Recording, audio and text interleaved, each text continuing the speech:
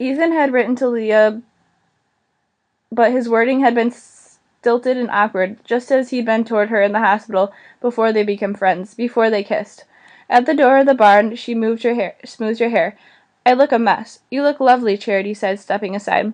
In the barn's dim exterior, Leah saw Ethan pitching hay down from a loft. His plain white shirt was damp with perspiration, his dark trousers speckled with straw. He was hatless, and his thick blonde hair looked ruffled. She gazed up at him, her heart pounding crazily. He looked down suddenly. She couldn't move, could scarcely breathe. In that instant, Leah realized that Ethan was the real reason she'd come to Napanee for the summer. Ethan, the Amish boy who lived in a world more different than any she'd ever known. Ethan, the Amish boy she had fallen for months ago. Leah, Ethan called. I'll be right down. He descended the ladder, nervously back toward Charity for moral support, but Charity had slipped away. Hi, Leah said when Ethan stood in front of her. His brow knitted. His startling blue eyes stared directly into hers. My eyes have been hungry for the sight of you. His quaint way of phrasing sentences had put her off when they first met. Now his words were like music to her. In my eyes for you. How have you been? I am fine, but it's not me we should be talking about. How have you been? I made it through chemo and all. It really wasn't so bad. So the cancer in your bones is gone for good? Leah wasn't sure how to answer. More than anything, she wanted to believe it was gone. I have to go for checkups every 3 months for 2 years. If there's no relapse, the doctor might pronounce me cured. She gave him the answer her doctor had given her mother when she had asked the same question. That is good. Have you seen Gabriella again? No, and I don't think I will either. If she was an angel from the Lord sent to heal you, it does not seem likely that she will appear to you again. There is nothing left for her to do for you.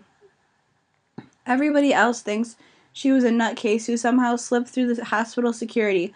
All I know is that before she came to see me that last time, I was facing having my leg amputated.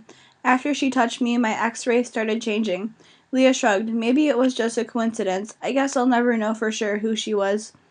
I'm glad you will be working in Napanee for the summer, because I will be able to see much of you, Ethan told her. Charity told me where you will be working. His assurance made Leah feel better. I like the owners, Mr. and Mrs. Stoltz, she said. There'll be another girl working with me, but I haven't met her yet. You and Charity will have to come visit me in town. I have a cute little apartment, not too far from the inn, and a car to get me there. No excuses for ever being late. Leah felt as if she was babbling, but she couldn't seem to stop.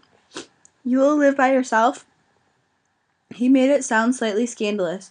Sure I will. I can come out and pick you up if you want. Can you ride in my car with me? She knew the Amish used modern transportation when necessary. She wasn't sure if a visit to her apartment counted as necessary. I can ride with you. Of course I'd like to ride in that buggy of yours sometimes. Leah gave a nervous laugh. An Amish boy only asked a girl to ride in his buggy when he was interested in her romantically. It was Leah's way of asking if he still cared about her, or if, since December, Martha had won him back. He raised his hand as if to touch her cheek, but drew back at the last second. There's much I would like to do with you, Leah. Her knees went weak. I won't be in the way this summer, will I? In the way, you know, a bother, a pain. How could you be in my way? I want you near me. The sound of running feet interrupted them. There you are, Rebecca exclaimed. Ethan, can Leah come back to the garden now? She's staying for supper, so can you see her later? You are staying? Your mother invited me. He looked solemn, making her ask. Is it all right to have dinner with your family?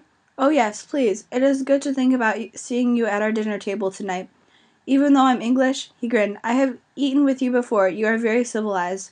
She returned his smile. I promise not to throw my food. Rebecca tugged on her hand. Come on, I'll show you the chickens on the way back. Leah tossed Ethan one glance and followed the little girl outside. The bright sunlight made her squint.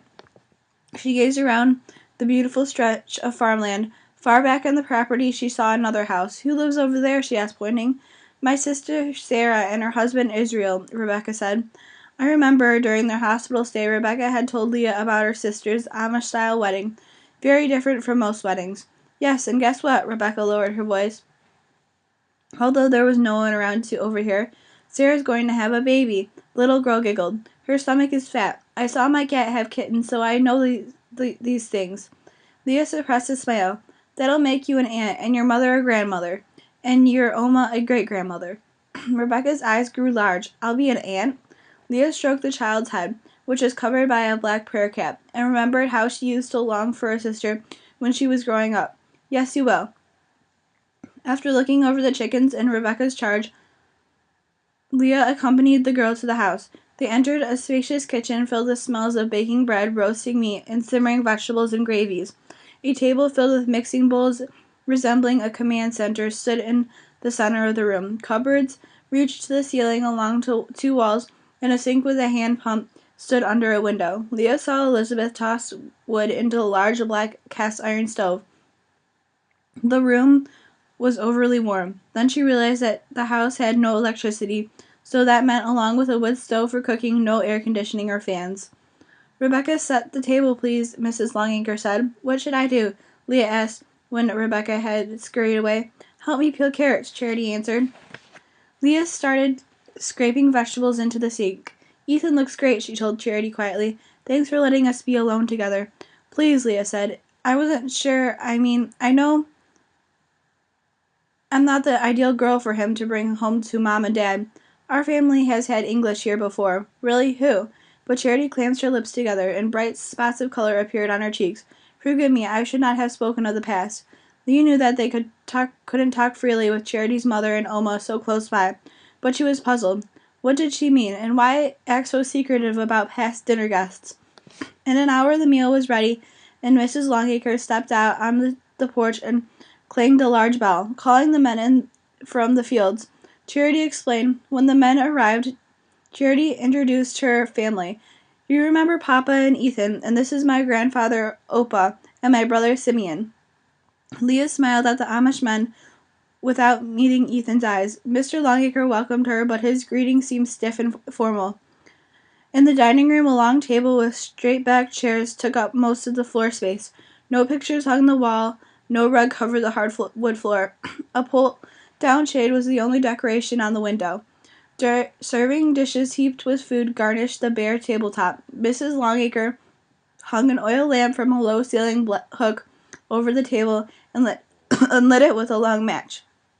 Mr. Longacre took his seat at the head of the table, and the other man sat to his right in descending order of age. Mrs. Longacre took a chair on his left, and then the girls sat, with Leah between Charity and Elizabeth. Baby Nathan's high chair was wedged between the parents.